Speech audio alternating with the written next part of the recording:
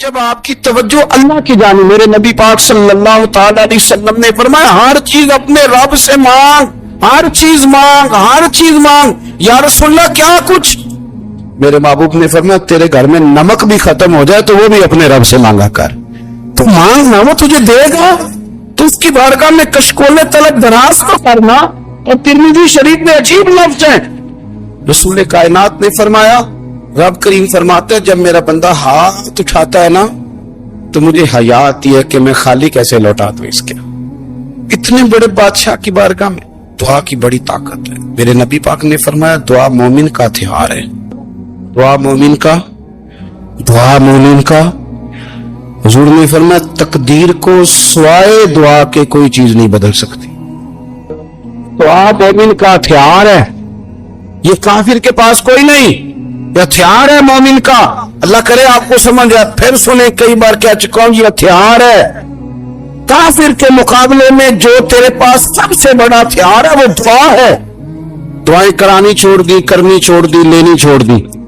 حضرت سیدنا انس بن مالک رضی اللہ تعالیٰ عنہ فرمایا کرتے تھے، میں نے وہ رنگ دیکھا ہے جب حضور دعا مانگتے تھے اور حضور کی مقدس آنکھوں میں آنسو بھی ساتھ ہی بہا کرتے تھے، میں نے وہ انداز دیکھا ہے۔ بھائی اپنا مصلی کا، عبادت کا، وظائف کا، اللہ کا سلسلہ اس کو مضبوط کرے، اپنی دعائیں کے تعلق کو مضبوط کرے۔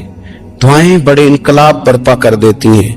ہم تھوڑے نا جب سے خشک ہوئے ہیں نا، خشک، اور میری تو جماعت ہی صوفیاء کی جماعت تھی، ہم تو داتا علی اجمیری کی جماعت سے، ہم تو خواجہ اجمیری کی جماعت سے، ہم تو شیخ احمد فاروق سرہندی کی جماعت سے، ہم تو صوفیاء کی جماعت۔ ہماری جماعت نے بھی وہ تعلق جو ہمارے بزرگوں نے بنایا۔ بزرگ اللہ کے قریب کیسے جاتا ہے؟ ہمارے یہاں نا بہت سارے لوگ کہتے ہیں جی نظر ہو گئی تو کام ہو گیا۔ بھائی جو بخاری مسلم میں طریقہ ہے نا اللہ کا قرب پانے کا، وہ تو نفل ہے۔ نبی کریم علیہ الصلوۃ والسلام نے فرمایا بندہ نفلوں کے ذریعے رب کے قریب جاتا ہے، اور اتنا قریب جاتا ہے کہ پھر اللہ اس کی زبان بن جاتا ہے، اللہ اس کی آنکھیں بن جاتا ہے، کان بن جاتا ہے، ہاتھ اور پیر بن جاتا ہے۔ تو یہ تو عبادت ہے، یہ تو اللہ کی بارگاہ کی حاضری ہے جو آپ کو اللہ کے قریب کرے گی۔ فرمایا وَإِذَا سَأَلَكَ عِبَادِي أَنِّي فَإِنِّي قَرِيبٌ، محبوب جب میرے بندے آپ کی بارگاہ میں آ کے میرے بارے میں پوچھیں نا تو ان سے کہہ دینا میں ان کے قریب ہی ہوں۔ دلیل کیا ہے؟ یہ جب بھی مجھ سے دعا مانگیں گے میں ان کی دعاؤں کو قبول فرماؤں گا، میں ان کے قریب ہوں۔ یہ جب بھی دعا مانگیں گے نا میں قبول کروں گا، میں ان کے قریب۔ اللہ تبارک و تعالیٰ کے بندے اللہ سے محبت کرتے، رب کی بارگاہ میں جھکتے، اس کو اپنے دکھ سناتے، اس کے پیارے محبوب صلی اللہ تعالی علیہ وسلم کا وسیلہ لے کے اس کے حضور حاضر ہو جاتے، پیشانیاں سجدوں سے روشن ہوتی۔ ہم نا ہر چیز کے لیے وقت نکالتے ہیں، ہر چیز کے لیے، لیکن عبادت کے لیے وقت نہیں نکالتے۔ ہر شے آباد ہے، ہر شے، ہماری فیس بک بھی آباد ہے، واٹس ایپ بھی آباد ہے، ہمارے ٹویٹر بھی آباد ہیں، ہماری ہر چیز آباد ہے۔ سب سے کم آباد ہمارا مصلی رہ گیا ہے، سب سے کم۔ وہ لوگ اب ڈھونڈنے سے ملتے ہیں جن کی بغل میں مصلی ہوتا تھا۔ میرے بھائی آپ کتنا کو دنیا کے پیچھے بھاگو گے تھکا دے گی، کتنا دولت کے پیچھے بھاگو گے تھکا دے گی۔ آپ جب اپنی زندگی میں جمع تفریق کرو گے نا تو مرتے وقت احساس ہوگا کہ سارا کچھ تو لوگوں کے لیے کیا، اپنے لیے تو کر ہی کچھ نہیں سکے۔ اور ہم عبادت کے معاملے میں بہانے بازی بھی کرتے ہیں۔ ہم کہتے ہیں اوہو رزق کمانا بھی تو عبادت ہی ہے نا، تو میں حلال روزی کے لیے جا رہا ہوں، یہ بھی تو عبادت ہے نا۔ میری طرح کے لوگ کہہ دیتے ہیں کہ میں سویرے اٹھ کے مدرسے میں کچھ اسباق دیکھتا ہوں تو یہ بھی تو عبادت ہے، میں بیان کرنے کے لیے مطالعہ کرتا ہوں تو یہ بھی تو عبادت ہے نا، اتنے لمبے سفر کر کے ملک میں دنیا میں گھومتا ہوں تو یہ بھی تو میں عبادت ہی کر رہا ہوں۔ اب اسپیشل نفلوں کے لیے وقت کس طرح نکلے، اسپیشل کر کے تسبیح میں کیسے چلاؤں، میں سارا کچھ ہم بہانے بنا لیتے ہیں نا۔ میرا سوال یہ ہے کہ یہ ساری باتیں صحابہ کو، نبی کریم کو، دیگر لوگوں کو بھی تو پتہ تھی نا، لیکن آپ غور تو کریں 23 سال حضور کو وقت ملا، مختصر وقت ظاہراً تبلیغ کرنے کے لیے، پوری دنیا میں دین بھی پھیلانا ہے، گھر میں 11 ازواج ہے، 4 بیٹیاں ہیں، ان کی اولادیں، سارے کام کاج بھی دیکھنے، لیکن سیدہ طیبہ طاہرہ حضرت عائشہ صدیقہ رضی اللہ تعالیٰ عنہ فرماتی ہیں سارا دن تبلیغ کرتے، ہر غلام کے دکھ سنتے، گھر میں آتے تو اپنے گھر والوں کا خیال کرتے، کام میں ہمارا ہاتھ بٹاتے۔ قربان جاؤں، کہتی ہیں زمانہ سارا سو جاتا لیکن آمنہ کے لال مصلی بچھا لیتے۔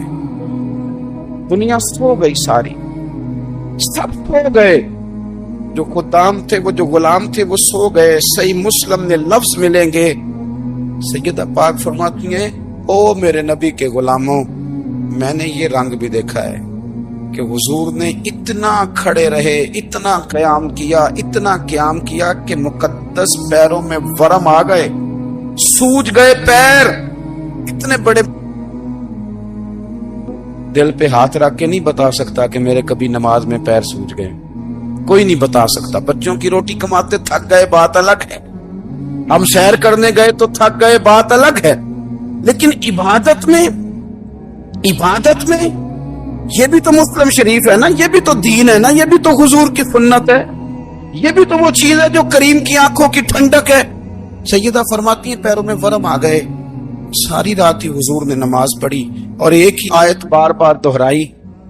مسجد نبوی میں بلال حبشی نے فجر کی اذان دے دی اور حضور ابھی مصلی پہ تھے، کریم فارغ ہوئے، میں نے عرض کی یا رسول اللہ صلی اللہ علیہ وسلم، آپ کے تو صدقے اللہ اگلے پچھلوں کے گناہ معاف کرے گا، تو آپ اتنی آغوزاری کیوں فرماتے ہیں؟ آپ تو شفیع ہیں، آپ تو انبیاء کے امام ہیں۔ تو حضور نے فرمایا عائشہ تم نے گنوایا ہے نا میرے اللہ کی مجھ پر کتنی رحمت ہے، افلا اکون عبدا شکورا، فرمایا اگر اس نے اتنی نعمتیں دی ہیں تو کیا میں اس کا شکر گزار بندہ نہ بنوں، میں شکر گزار بندہ نہ بنوں اس کا؟ پھر اگر اتنی نعمتیں اس نے دی ہیں، مجھے اتنا نوازا ہے، تو پھر میں اس کے سامنے سجدے نہ کروں؟ او میرے بھائی، بڑے قابل فخر لوگ ہیں ہم کہ ہم نبی پاک کے غلام ہیں، ہم قابل فخر ہیں کہ نبی کریم کے غلام ہیں۔ کیا کبھی اس غلامی کے شکرانے میں بھی 2 نفل پڑھے کہ یا اللہ تیرا شکر ہے تو نے ہمیں حضور کا غلام بنایا ہے؟ یاد رکھیں کہ اپنی روحانی زندگی کو آباد کریں، استغفار پڑھیں، تسبیحات کریں۔ حضرت عبداللہ ابن عمر رضی اللہ تعالیٰ عنہ حضرت عمر کے صاحبزادے، مکہ مکرمہ میں ان کی قبر ہے۔ میں نے جب انہیں پڑھا تو مجھے ان سے بڑا پیار ہو گیا، لیکن آپ کو پتہ ہے وہاں جا کے کسی شخص کا مزار تلاش کرنا یا پوچھنا ایک مشکل کام ہوتا ہے۔ تو ایک دفعہ میں مکہ شریف میں حاضر تھا، ایک گاڑی والا ڈرائیور مجھے کہنے لگا کہ مولانا میں آپ کو جانتا ہوں، مجھے آپ سے محبت ہے، ایک بات بتاؤں آپ کو؟ میں نے کہا بتاؤ۔ کہنے لگے حضرت عبداللہ ابن عمر کی قبر دیکھنی ہے۔ میں نے کہا یہ تو نہیں کہہ رہا، یہ کسی نے بندوبست کرایا ہے، یہ اللہ نے تیرے دل میں بات ڈالی کہ ہو گیا تو لے چل مجھے۔ حضرت عبداللہ ابن عمر کو نبی پاک نے فرمایا تھا راجل صالح، یہ نیک بندہ ہے، یہ متقی آدمی۔ حضرت عبداللہ ابن عمر رضی اللہ تعالیٰ عنہ سیدنا فاروق اعظم رضی اللہ تعالیٰ عنہ کے صاحبزادے ہیں، اور ان کی ہمشیرہ سیدہ حفصہ رضی اللہ تعالیٰ عنہ حضور کی زوجہ محترمہ۔ ایک دن اپنی ہمشیرہ سے کہنے لگے کہ نبی کریم صلی اللہ تعالیٰ علیہ وسلم گھر میں آئے نا، اور اگر حضور غم امت میں پریشان نہ ہوں، طبیعت کو حشاش بشاش دیکھو، تو ذرا پوچھنا تو صحیح حضور کا میرے بارے میں کیا، پوچھنا تو صحیح کہ کریم کی بارگاہ میں میرا کیا مقام ہے، میرے بارے میں حضور کیا فرماتے ہیں۔ اب بہن کو کام بتائے، اور بتائے بھی بھائی، اور پھر بہن وہ کام نہ کرے، یہ تاریخ میں ہوتا نہیں۔ حضرت عمر فاروق رضی اللہ تعالیٰ عنہ کی صاحبزادی ام المومنین رضی اللہ تعالیٰ عنہ فرماتی ہیں کہ میں تو بس منتظر تھی، انہوں نے تو کہا تھا نا کہ اگر تم حشاش بشاش دیکھو تو بات کرنا، لیکن حضور تشریف لائے، میری باری تھی، میرے گھر تشریف لائے، کھانا پیش کیا تو فوراً میں نے عرض کی حضور ایک بات پوچھنی تھی۔ حضور نے فرمایا پوچھئے۔ میں نے عرض کی حضور میرے بھائی عبداللہ ابن عمر کے بارے میں آپ کا کیا خیال ہے؟ نوجوانوں میری بات پہ غور کرنا، میرے بھائی کے بارے میں آپ کا کیا خیال ہے؟ نبی کریم صلی اللہ تعالی علیہ وآلہ وسلم نے میری طرف دیکھا اور پھر حضور زیر لب تھوڑا مسکرائے، اور بریلی کے امام کہتے ہیں کہ حضور مسکرا دیتے تھے نا تو جو بڑا دکھی ہوتا تھا وہ بھی ہنس پڑتا تھا۔ اب سوال پیدا ہوتا تھا کہ پھر تو اس مسکراہٹ کے لیے انتظار کرنا پڑتا ہوگا کئی مہینے کہ حضور مسکرائیں تو رونے والے ہنسیں، تو اعلیٰ حضرت فرماتے نہیں، انتظار نہیں کرنا پڑتا، یہ مسکراتے رہنا تو حضور کی عادت ہے۔ جس کی سچی سے روتے ہوئے ہنس پڑے اس تبسم کی عادت پہ لاکھوں سلام۔ یعنی یہ تو عادت ہے حضور کی مسکراتے رہنا، اس کے لیے انتظار نہیں کرنا پڑتا۔ بھائیو آپ خیال رکھیں گے، غور کریں گے، حضرت عبداللہ ابن عمر رضی اللہ تعالیٰ عنہ کے بارے میں پوچھا تو سیدہ فرماتی ہیں کہ نبی کریم صلی اللہ تعالی علیہ وسلم نہ زیر لب مسکرائے اور فرمایا حفصہ میرا بھائی ہے تو اچھا، لیکن میں نے سنا ہے کہ عشاء کی نماز پڑھتا ہے تو فجر تک سویا ہی رہتا ہے۔ او نوجوانوں، 10 بجے تک سونے کی بات نہیں ہوئی، 9 بجے تک سونے کی بات نہیں ہوئی، 11 بجے اٹھنے کی بات نہیں۔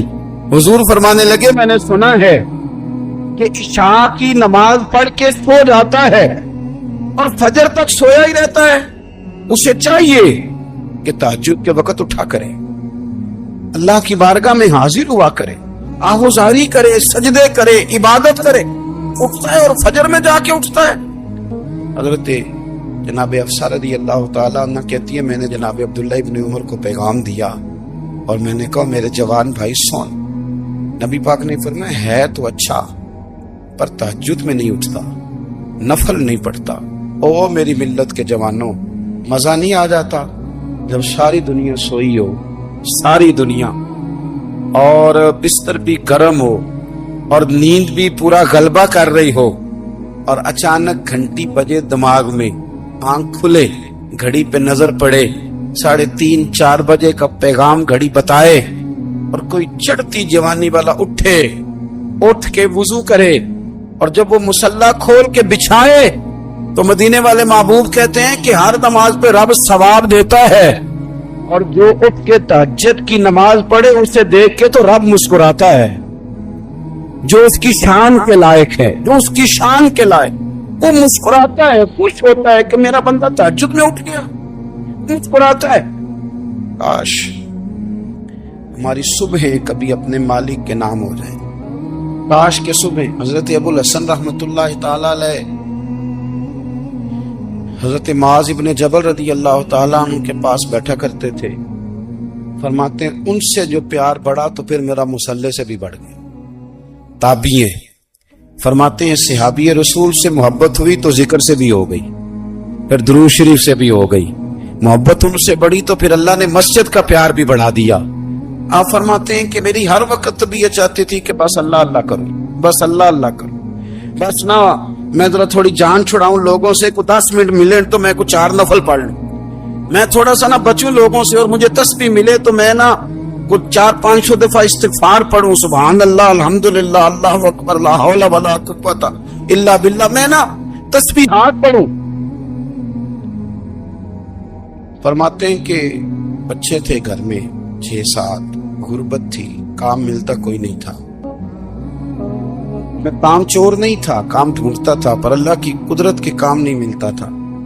فرماتے ہیں کہ میں نے ایک دن اپنی اہلیہ سے کہا کہ آج میں پھر جاتا ہوں کام ڈھونڈنے، تو میری بیوی بڑی فرما بردار تھی، پر اس دن نہ غربت کے ہاتھوں تنگ آ کے کہنے لگی آج نانا کوئی تو چیز لے کے آیا، اور مجھ سے بچوں کی بھوک نہیں دیکھی جاتی، یہ سب روگاں دا روگ محمد جس دا نام غریبی، کنڈ بلا کے لنگ جاندے نہیں دوست یار قریبی، آج نہ کچھ لے کے آیا تو میں بچے لے کے چلی جاؤں گی۔ شیخ فرماتے ہیں کہ میں بڑا پریشان گھر سے نکلا، پر میں نے صبح سے لے کے زور تک کام ڈھونڈا، کام ملا کوئی نہیں، تو میرے دل میں خیال آیا چلو کام نہیں ملتا تو اللہ اللہ تو کرے نا، چلو بندوں کی مزدوری نہیں ملتی تو رب کریم کی عبادت ہی کرتے ہیں۔ فرماتے ہیں کہ میں نے نا فرات کے پانی سے وضو کیا، نہر کے، شدید دھوپ تھی، ساتھ ریت تھی اور ریت تپ رہی تھی، میں نے اپنا رومال وہیں مصلی کے طور پر بچھا لیا اور فرماتے ہیں کہ زور سے لے کر عصر تک نماز پڑھی، دھوپ بھی پورے زور پہ، پر میرے سجدے کا ذوق بھی پورے زور پہ۔ فرماتے ہیں سورج بھی چمک رہا ہے اور رب کی عبادت کا ذوق بھی پورے زور پہ، میں سجدہ کروں تو پھر میرا اٹھانے کو جی نہ چاہے۔ میرے استاد لکھا کرتے تھے، یہ ان کا شعر ہے، وہ کہا کرتے تھے مجھے سوز دے، مجھے ساز دے، اور مجھے نیم شب کا نیاز دے، دم سجدہ خود کو میں توڑ دوں، مجھے ایسا ذوق نماز دے۔ اور میں تیری بہار کا پھول ہوں، میں کھلا بھی ہوں تو تیرے لیے، مجھے میری شاخ سے توڑ لے، مجھے اپنی زلف کا ناز دے۔ بھائی فرماتے ہیں کہ عصر تک میں نے نفل پڑھے، دل ڈھلنے لگا، عصر کی نماز پڑھی اور میں وہاں سے چلا۔ اب میں جب نکلنے لگا تو دل میں خیال آیا کہ چھوٹی چھوٹی دیواریں ہیں گھر کی، بغیر کچھ لیے جاؤں گا تو بیوی دور سے دیکھے گی تو شور کرے گی کہ پھر خالی ہاتھ آ گیا ہے۔ کہتے میں نے اپنی اسی رومال میں جس پہ میں نے نماز پڑھی تھی نا، رومال میں کی آخی دے پنجابی صافہ کہتے ہیں، اسی میں نا میں نے کچھ ریت بھر لی کہ وہ دور سے دیکھے گی تو سمجھے گی کچھ لے کے آیا ہے، چلو جا کے اسے بتا دوں گا کہ آج پھر مزدوری نہیں ملی۔ کہتے ہیں وہ ریت لے کر جب میں گھر میں گیا تو پہلے بیوی دروازے پہ کھڑی ہوتی تھی، پوچھتی تھی خالی ہاتھ آ گئے ہو؟ آج میں نے دیکھا تو ہے ہی کوئی نہیں۔ فرماتے ہیں میں اندر داخل ہوا، سلام لیے، کونے میں میں نے وہ رومال رکھ دیا اور میں نے آواز دی کہ بھلی مانس کہاں ہو؟ تو وہ کہنے لگی آپ منہ ہاتھ دھو لیں، میں روٹی لے کے آئی۔ میں نے کہا روٹی کہاں سے آ گئی؟ یہاں تو کئی دنوں کے فاقے، تو کئی دنوں کی غربت ہے، یہاں تو اس گھر میں تو فقیری ہے۔ فرماتے ہیں کہ وہ روٹی لے کے آئی اور اس وقت کی جو موجودہ نعمتیں تھیں، سمجھ لیں سلاد، اچار، ہر چیز ساتھ لائی۔ میں نے کہا کہ بچے کہاں گئے؟ کہنے لگی وہ کھانا کھا کے کھیلنے گئے، آپ کھانا کھا لیں آ جاتے۔ کھانا اس نے چن دیا۔ میں نے حیرت انگیز لہجے میں ساری نعمتیں اپنے دسترخوان پہ دیکھ کر کے بیوی سے پوچھا یہ کہاں سے آیا کھانا؟ بچوں کو تو نے کہاں سے کھانا کھلایا؟ یہ سارا کچھ کیسا ہے؟ کہنے لگی پتہ نہیں آج آپ کس کریم کی مزدوری کرنے چلے گئے تھے، پتہ نہیں کس کریم کی، میرے گھر میں تو اتنی نعمتیں آئی ہیں کہ مجھ سے سنبھالی نہیں جا رہی، اتنا اناج ہے، اتنا گندم ہے، کس کریم کے دروازے آج چلے گئے تھے؟ یہ کہتے کہتے وہ اٹھی اور اٹھ کر کے کہنے لگی پہلے بڑا کچھ آیا تھا، اب کیا لے آئے؟ اور جا کر کے نا اس نے وہ ریت والا رومال کھولا، کہنے لگے میں تو لے کے آیا تھا ریت، تو میرے رب نے اسے بھی سونے اور ہیرے بنا دیا تھا۔ نبی پاک علیہ السلام نے فرمایا زمین کے اوپر، یہ بخاری میں موجود ہے، فرمایا زمین کے اوپر اور آسمان کے نیچے حق بات کہنے والا، سچ بولنے والا میرے ابو ذر غفاری سے بڑا کوئی، اس سے بڑا حق سچ والا کوئی۔ حضرت ابو ذر غفاری رضی اللہ تعالی نے کلمہ پڑھا اور بالکل اس وقت پڑھا جب مسلمان دار ارقم میں ہوتے تھے۔ اللہ کے حبیب علیہ السلام نے ان سے فرمایا کہ ابو ذر حالات ٹھیک نہیں ہیں، ابھی اپنے کلمے کا اظہار نہ کرنا۔ تو حضرت ابو ذر غفاری کہنے لگے یا رسول اللہ ابھی تو آپ نے فرمایا کسی ملامت کرنے والے کی پرواہ نہیں کرنی۔ حضور میں نہ ان مشرکوں کے بیچ جا کے اپنے رب کی توحید کا اعلان کروں، ان کافروں کے بیچ کھڑے ہو کے میں کہوں گا کہ لا الہ الا اللہ، لا الہ الا اللہ، لا الہ الا اللہ۔ ان کے بیچ کھڑے ہو کے میں کہوں گا اللہ کے سوا کوئی عبادت کے لائق، میں کہوں گا کر لے جو کرنا ہے۔ مجمع کفر کا، کثرت کافروں کی، حالات یہ ہے کہ مسلمان گھر میں چھپ کر بظاہر دین سیکھ سکھا رہے ہیں، جناب ابو ذر غفاری میدان میں آ گئے۔ یہ حق کے رستے میں جو زخم لگتے ہیں نا، ان زخموں کی لذت بڑی بہترین ہوتی ہے۔ یہ ایک خاص ذائقہ ہے، زخموں کا بھی مزہ ہوتا ہے، پتہ ہے آپ کو؟ کبھی زخم ٹھیک ہونے پہ آئے تو اسے چھیڑ کے دیکھو، اس میں بھی ایک لذت ہوتی ہے، زخموں میں ایک مزہ ہوتا ہے۔ اور یہ جو زخم حق کے رستے پہ لگتے ہیں نا، حق کے رستے پہ، ان زخموں میں لذت ہے، ذائقہ ہے۔ یہ جو تانے حق کی راہ میں آپ کو ملتے ہیں نا، یہ آپ کی نیند ضائع نہیں کرتے، یہ آپ کی نیند کو بہتر کرتے ہیں، تسلی اور سکون کی نیند آتی۔ ہم نے جتنے تانے سہے ذات کے لیے سہے، کاروبار کے لیے سہے، حق کے رستے میں جو تانے لگتے ہیں ان کا تو مزہ ہی بڑا ہے.